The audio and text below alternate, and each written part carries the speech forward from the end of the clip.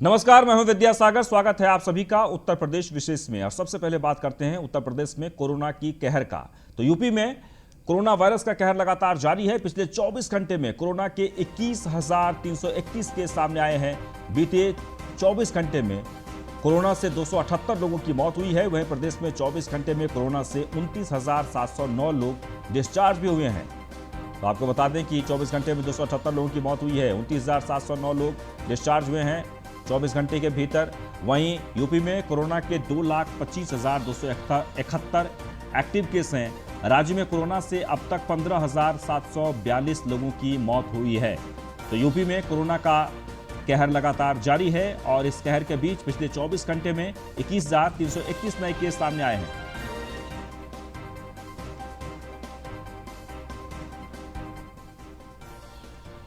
और आइए आपको ग्राफिक्स के जरिए बताते हैं कि आज यानी पिछले 24 घंटे में कोरोना के किस किस जिले में कितने केसेस आए हैं। तो लखनऊ में 1,274 नए केस सामने आए, 26 लोगों की मौत हुई है। कानपुर नगर में 430 नए केस, 30 लोगों की मौत हुई है। वहीं झांसी की बात कर ली जाए, 460 नए केस आए हैं, 16 लोगों की मौत हुई है। वहीं आजमगढ़ में 203 नए केस सामने आए, 15 लोगों की मौत हुई है। वहीं गौतम बुद्ध नगर की बात कर ली जाए तो 1,026 नए केस आए हैं, 10 लोगों की मौत हुई है। वहीं मेरठ में 2,269 नए केस, 6 लोगों की मौत। गोरखपुर में 1,031 नए केस सामने आए, 5 लोगों की मौत हुई है। वहीं वाराणसी की बात कर ली जाए तो 864 नए केस सामने आए हैं, 9 लोगों की मौत हुई है। यानी सभी जिलों की जो स्थिति है वो बेहद ही खराब।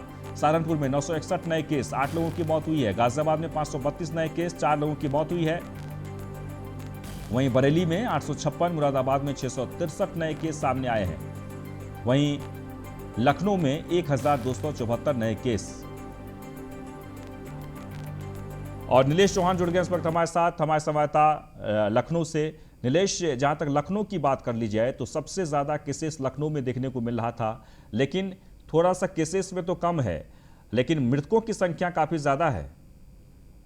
अगर हम उत्तर प्रदेश की राजधानी लखनऊ की बात करें तो लखनऊ में जहां एक समय में 5500 से 6,000 करीब कोरोना संक्रमित मरीज पाए जा रहे थे, उसमें भारी गिरावट दर्ज की गई है। आज अगर हम 24 घंटे के आंकड़े की बात करें तो 1,274 लोग संक्रमित पाए गए हैं, जो आंकड़ा काफी राहत देने वाला है। लेकिन मौतों का जो आंकड़ा है वो निरंतर जारी है। लोग अभी भी जरूरत है लोगों को सतर्क रहने की, कि वो अपने घरों में रहें, सुरक्षित रहें और जो कोविड गाइडलाइन का पालन है उसका पालन करना बेहद जरूरी है। चाहे वो अपने घर में रहें, उस दौरान भी कोविड गाइडलाइन का अगर पालन करते हैं तो जाहिर सी बात है कि आने वाले समय में हम कोरोना को मात देकर एक बार फिर से उत्तर प्रदेश को विकास की ओर ले जाएंगे। लेकिन ये तभी संभव है जब सरकार के जो प्रयास हैं उसमें जनता अपना 100% योगदान दे।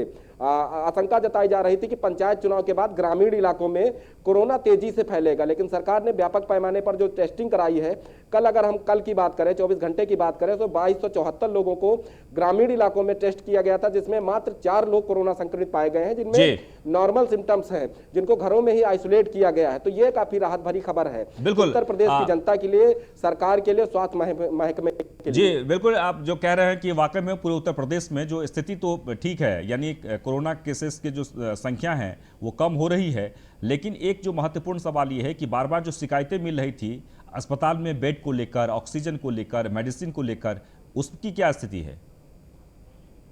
देखिए, अगर हम राजधानी की बात करें या राजधानी के आसपास के जिलों की बात करें तो अब बेडों की जो समस्या आ रही थी वो कहीं ना कहीं खत्म हो चुकी है। राजधानी में डीआरडीओ की तरफ से 500 बेडों का एक अस्पताल शुरू कर दिया गया है। उसके अलावा कैंट में एक 150 बेडों का अस्पताल शुरू किया गया है। प्राइवेट अस्पतालों में बेडों की क्षमता को बढ़ाया गया है।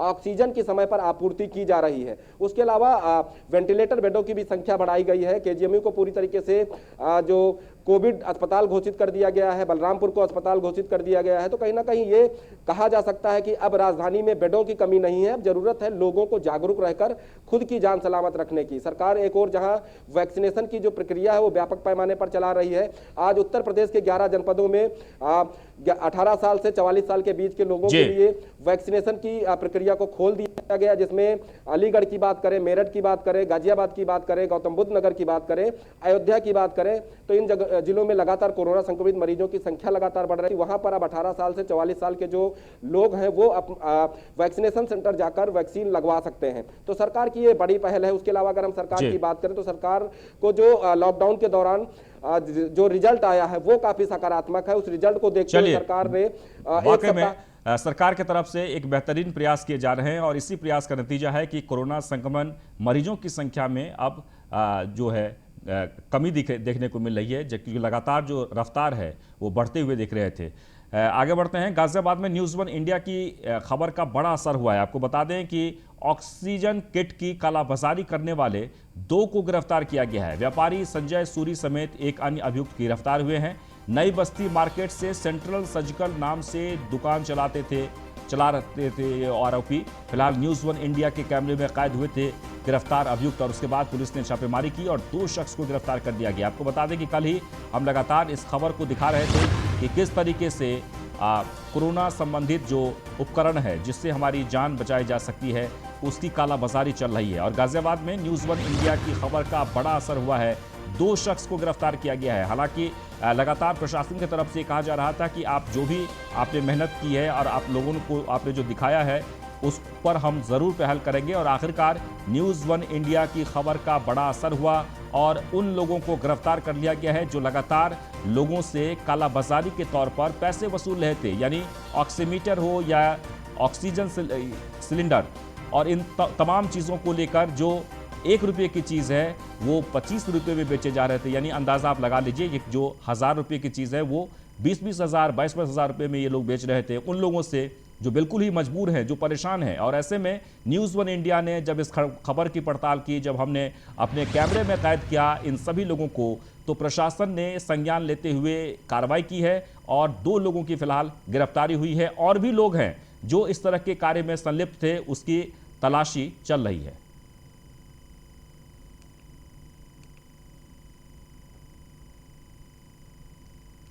तो एक बार आपको फिर से बता दें कि गाजियाबाद में न्यूज़ वन इंडिया की खबर का बड़ा असर हुआ है और ये जो शख्स आप देख रहे हैं इसकी गिरफ्तारी हुई है। दरअसल इस मामले में कि वहाँ पर ऑक्सीमीटर या फिर ऑक्सीजन सिलेंडर इन तमाम चीज़ों की कालाबाजारी चल रही थी और कई दुकानदार उसमें संलिप्त थे। हालांकि जब हमारे कैमरे में ये सभी लोग कैद हुए तो आज जब जानकारी मिली कि पुलिस लगातार छापेमारी कर रही है तो कुछ लोग वहां से गायब हो गए, यानी कि फरार हैं, लेकिन कुछ की गिरफ्तारी हुई है। लेकिन कोई भी बख्शा नहीं जाएगा। एक बार आपको फिर से बता दें, उत्तर प्रदेश के जितने भी इस तरह के धंधे में लिप्त लोग हैं वो ये समझ लें कि हमारी जो टीम है वो लगातार सभी जिलों में घूम रही है। हमारे कैमरे सब जगह हैं और अगर आप इस तरह के कालाबाजारी करते हुए पकड़े जाएंगे, हमारे कैमरे में अगर आप कैद होते हैं तो आपकी गिरफ्तारी कोई नहीं रोक सकता। आपकी गिरफ्तारी निश्चित ही होगी, क्योंकि हम एक मुहिम चलाए हैं आम लोगों को लेकर कि किसी भी मरीज को या तीमारदारों को परेशान न किया जाए, क्योंकि इस वक्त आपदा की इस स्थिति में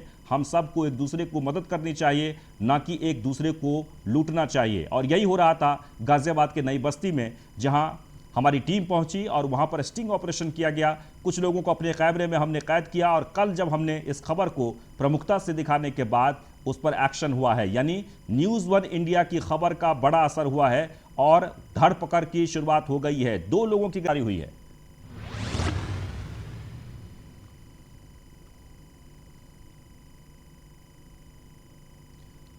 तो ऑक्सीमीटर हो या फिर ऑक्सीजन सिलेंडर, इन तमाम चीज़ों की कालाबाजारी हो रही थी। एक बार आपको फिर से बता दें, गाजियाबाद में पुलिस ने उन लोगों को पकड़ा है जो लोग इस तरह के धंधे में संलिप्त थे और न्यूज़ वन इंडिया की खबर का बड़ा असर हुआ है। हम बार बार आपको बता रहे हैं और सिर्फ गाजियाबाद ही नहीं बल्कि हमारी निगाहें पूरे उत्तर प्रदेश, देश के कोने कोने में हमारी टीम जो इस वक्त घूम रही है, और सिर्फ इसलिए कि वो कौन लोग हैं जो आम लोगों को सता रहे हैं, जो यानी कि जो 1000 रुपये की कीमत की चीज़ें हैं उसे 20-20 हज़ार 25-25 हज़ार रुपये लोग बेच रहे हैं। और कई जगहों से तो इस तरह की खबरें भी आई है कि अस्पताल में भी कुछ लोग इस तरह से हैं जो संलिप्त हैं और उसकी भी गिरफ्तारी हो रही है। और हम तब तक इस चीज़ों को दिखाते रहेंगे जब तक इन सभी लोगों की गिरफ्तारी ना हो जाए। एक बार आपको फिर से बता दें कि नई बस्ती में कल ही हमने इन लोगों की तस्वीरों को हमने दिखाई, बार बार हमने लोगों को आगाह किया कि किस तरीके से वहाँ पर कालाबाजारी चल रही है, किस तरह से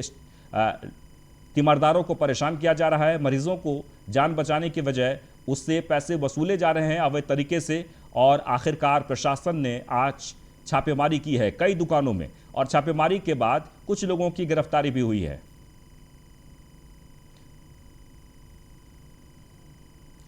और यादराम भारती जुड़ गए हैं इस वक्त हमारे साथ, गाजियाबाद से हमारे संवाददाता। यादराम, 2 लोगों की गिरफ्तारी हुई है, और कितने लोग ऐसे हैं जिन्हें गिरफ्तार करना है? देखिए, पुलिस ने इस मामले में बड़ी कार्रवाई करते हुए नई बस्ती पर छापा मारा और पूरे मामले पर जो दुकानें थी उनकी छानबीन की, जिसमें कि एक जो व्यापारी है संजय सूरी और उसके साथ ही एक काउंटर पर बैठी एक महिला थी जो कि पैसे लेने का काम कर रही थी, पायल नाम की महिला है, उसको पुलिस ने गिरफ्तार किया है। और मैं बता दूं कि ये जो सेंटर सर्जिकल के नाम से इनकी नई बस्ती में दुकान है, जहां पर ये लोगों को ऑक्सीजन जो किट है, यानी कि जो फ्लो मीटर है ऑक्सीजन, वो 500 रुपए का या 500 से 1000 रुपए की कीमत का जो ऑक्सीजन फ्लो मीटर है उसको 6-6,500 रुपए में बेच रहे थे। तो इस पूरे मामले में न्यूज वन इंडिया की खबर का बहुत बड़ा असर हुआ है और पुलिस ने इस पूरे मामले में छापेमारी करते हुए संजय सूरी और उसके यहाँ काम करने वाली एक महिला पायल जो कि कैश पर बैठती थी उसको गिरफ्तार किया है। और ये centre surgical news one India के जो कैमरे में कैद हुआ था और बाकायदा जो कालाबाजारी है उसको लेकर बहुत बड़े रेटों पर ये मेडिकल उपकरणों की जो। बिल्कुल, आप हमारे साथ बने रहें। चूंकि गाजियाबाद से एक और खबर है, आईएमए की चिट्ठी पर नगर स्वास्थ्य अधिकारी का बयान आया है। मिथिलेश कुमार ने न्यूज वन इंडिया के सामने अपना पक्ष रखा है। जो भी पत्र लिखा गया है वह रूटीन वर्क है। मिथिलेश कुमार ने यह बातें कही है। अस्पतालों की मौजूदा स्थिति क्या है उसकी जानकारी लेनी होती है। आईएमए गाजियाबाद ने स्वास्थ्य मंत्री को पत्र लिखकर शिकायत की है। नगर स्वास्थ्य अधिकारी मिथिलेश कुमार पर शोषण का आरोप लगा है, लेकिन उन्होंने कहा कि जो भी हम कर रहे हैं वो रूटीन वर्क है। यादराम भारती इस वक्त हमारे साथ लगातार बने हुए हैं। यादराम, आप बताइए क्या कहा है मिथिलेश कुमार ने? देखिए, मिथिलेश से हमारी बात हुई और हमने पूरे मामले का अवगत कराया उनको और आईएमए का जो पत्र है उसका हवाला दिया। तो उस पर उनका कहना था कि ये पूरा जो वर्क है, जो पत्र लिखा गया है अस्पतालों को, वो एक रूटीन वर्क है और सरकार की तरफ से साफ तौर पर जो निर्देश हैं वो ये है कि अस्पतालों में अगर बेड खाली हैं और उनको खाली नहीं दर्शाया जाता है, ऑक्सीजन है और अगर उनको नहीं दिखाया जाता है या फिर अधिक वसूली की जाती है, उसको लेकर के लगातार वो निरीक्षण भी करते हैं और लगातार अस्पतालों को जो पत्र है वो भी लिखते हैं। चूंकि शासन से निर्देश है कि निजी अस्पताल जो भी हैं अगर वो अधिक वसूली करते हैं या फिर सही जानकारी नहीं देते हैं तो उनके खिलाफ कार्रवाई की जाएगी। तो ऐसे में सही स्थिति को जांचना जरूरी है और उसी के चलते ये पत्र जो है वो अस्पतालों को लिखा गया था। बिल्कुल, लेकिन जी यादराम, लेकिन जो ये बात कह रहे हैं, उन्होंने कहा कि ये रूटीन वर्क है, लेकिन इस वक्त आईएमए ने सीधे सीधे लिखा है कि शोषण किया जा रहा है, दबाव बनाया जा रहा है। इस वक्त जो जरूरत है वो जिंदगियों को बचाने के लिए है। देखिए, जो आईएमए का कहना है उसके पत्र हिसाब से लगातार उनको धमकी दी जा रही है, शोषण किया जा रहा है और शासन का जो आदेश है, जो शासन जिस मंशा से लोगों को काम करने का और अस्पतालों को काम करने का निर्देश दे रहा है, एक तरीके से उस आदेश को लेकर उसको ढाल बनाकर जो डॉक्टर मिथिलेश हैं वो काम कर रहे हैं और शोषण कर रहे हैं लगातार। उसकी बात यह है कि कुछ पर्सनल उनकी जो खुन्नस है वो डॉक्टरों से निकाल रहे हैं, अस्पतालों से निकाल रहे हैं। कई मरीज ऐसे हैं जो उनके भर्ती नहीं किए गए, जिसकी वजह से ये पूरी जो कार्रवाई है एक तरीके से नहीं, जो एक बिल्कुल आप उसको वो तो ठीक है। आईएमए ने जो चिट्ठी लिखी, आपसे कुछ देर पहले हम लोग जिक्र भी किए थे, उस चिट्ठी को लेकर क्या जो मिथिलेश कुमार हैं वो स्वीकार कर रहे हैं किस तरह की बातें हैं, या उन्होंने कहा कि ये बेबुनियादी है?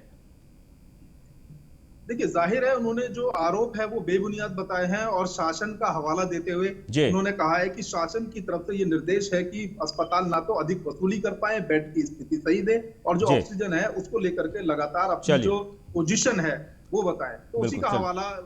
बहुत बहुत शुक्रिया।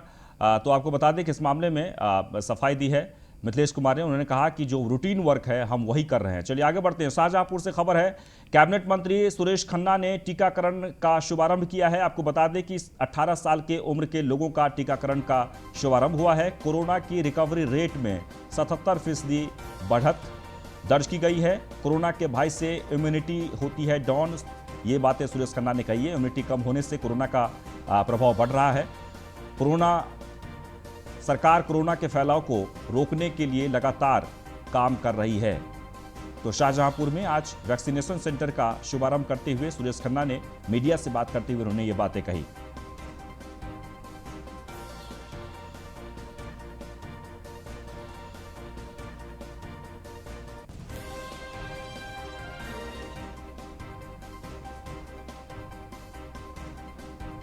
तो पूरे प्रदेश में टीकाकरण अभियान चल रहा है और इसी कड़ी में शाहजहांपुर में सुरेश खन्ना ने वैक्सीनेशन सेंटर का शुभारंभ किया और उस दौरान उन्होंने मीडिया से बात करते हुए कहा कि सरकार पूरी कोशिश कर रही है।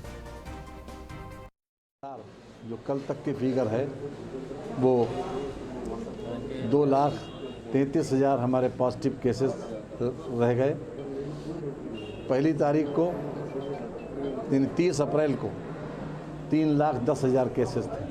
कल 78,000 केसेस कम हुए हैं और आज 78,000 केसेस की कमी आई है। ये लगभग पूरे उत्तर प्रदेश में 77% से अधिक रिकवरी रेट है। और ये खबर अयोध्या से है, जहां पर नगर निगम के रिटायर्ड कर्मचारी की हत्या का मामला सामने आया है। आउटसोर्सिंग भर्ती में भ्रष्टाचार के चलते हत्या हुई है। रुपये देने के बाद नौकरी न मिलने पर वारदात को अंजाम दिया गया। तो आपको बता दें कि नगर निगम के रिटायर्ड कर्मचारी की हत्या का मामला, नगर निगम के रिटायर्ड कर्मचारी की हत्या कर दी गई थी। नगर निगम के रिटायर्ड कर्मचारी की हत्या के मामले में पुलिस ने गुत्थी सुलझा ली है। मामले में एसएसपी शैलेश पांडे ने बताया कि सिविल लाइन क्षेत्र में पुष्पराज चौराहे के निकट एक कमरे में मृतक का शव मिला था और शिनाख्त रामराज के रूप में हुई थी। हत्या आरोपियों से पूछताछ के बाद पता चला कि रामराज आउटसोर्सिंग भर्ती कराने के नाम पर मोटी रकम युवाओं से लेता था और उनकी भर्ती सीधे नगर निगम में संविदा कर्मचारी के तौर पर करवाता था। नौकरी न मिलने और पैसे की वापसी न होने के कारण रामराज की हत्या कर दी गई।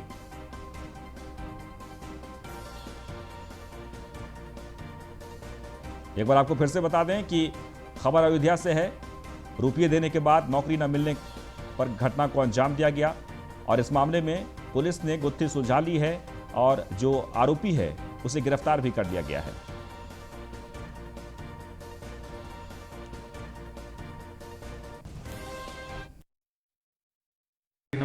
8 मई को नगर निगम के रिटायर्ड कर्मचारी रामराज जी की हत्या का एक मामला पंजीकृत किया गया था। अज्ञात के विरुद्ध यह अभियोग पंजीकृत किया गया था, जिसका सफल अनावरण 12 घंटे में करते हुए कोतवाली पुलिस ने 2 आरोपी धर्मेंद्र और नरेंद्र दोनों को गिरफ्तार किया गया। एक थाना बीकापुर क्षेत्र का रहने वाला है तथा दूसरा जनपद सुल्तानपुर का रहने वाला है। घटना के पीछे के मोटिव के बारे में जब जानकारी की गई तो ये पता चला कि रिटायर्ड खबर ग्रेटर नोएडा से, जहां पर स्वास्थ्य विभाग की शर्मनाक हरकत सामने आई है। आपको बता दें कि दादरी अस्पताल में मरीज को डॉक्टर ने भर्ती नहीं किया। लगभग 1 घंटे से तड़पता रहा मरीज, यानी एम्बुलेंस के भीतर ही तड़पता रहा, लेकिन अस्पताल में मौजूद डॉक्टर ने इलाज नहीं किया। लोगों के कहने पर डॉक्टर ने लाठी डंडों से मारपीट की। तस्वीरों में आप देख सकते हैं दादरी में बने सरकारी अस्पताल का यह वीडियो लगातार वायरल हो रहा है, जहां पर एक मरीज की मौत हो गई सिर्फ इसलिए कि इस मरीज का इलाज नहीं किया गया और न ही डॉक्टरों ने किसी की बात सुनी। और जब लोगों ने डॉक्टरों को कहा तो डॉक्टरों ने मारपीट करने पर उतारू हो गए, यानी लाठी डंडों से पीटा भी गया। तस्वीरों में आप देख सकते हैं इस एम्बुलेंस में घंटों एक मरीज तड़पता रहा इलाज के लिए, लेकिन न तो इस मरीज को भर्ती लिया गया और न ही इस मरीज का इलाज किया गया।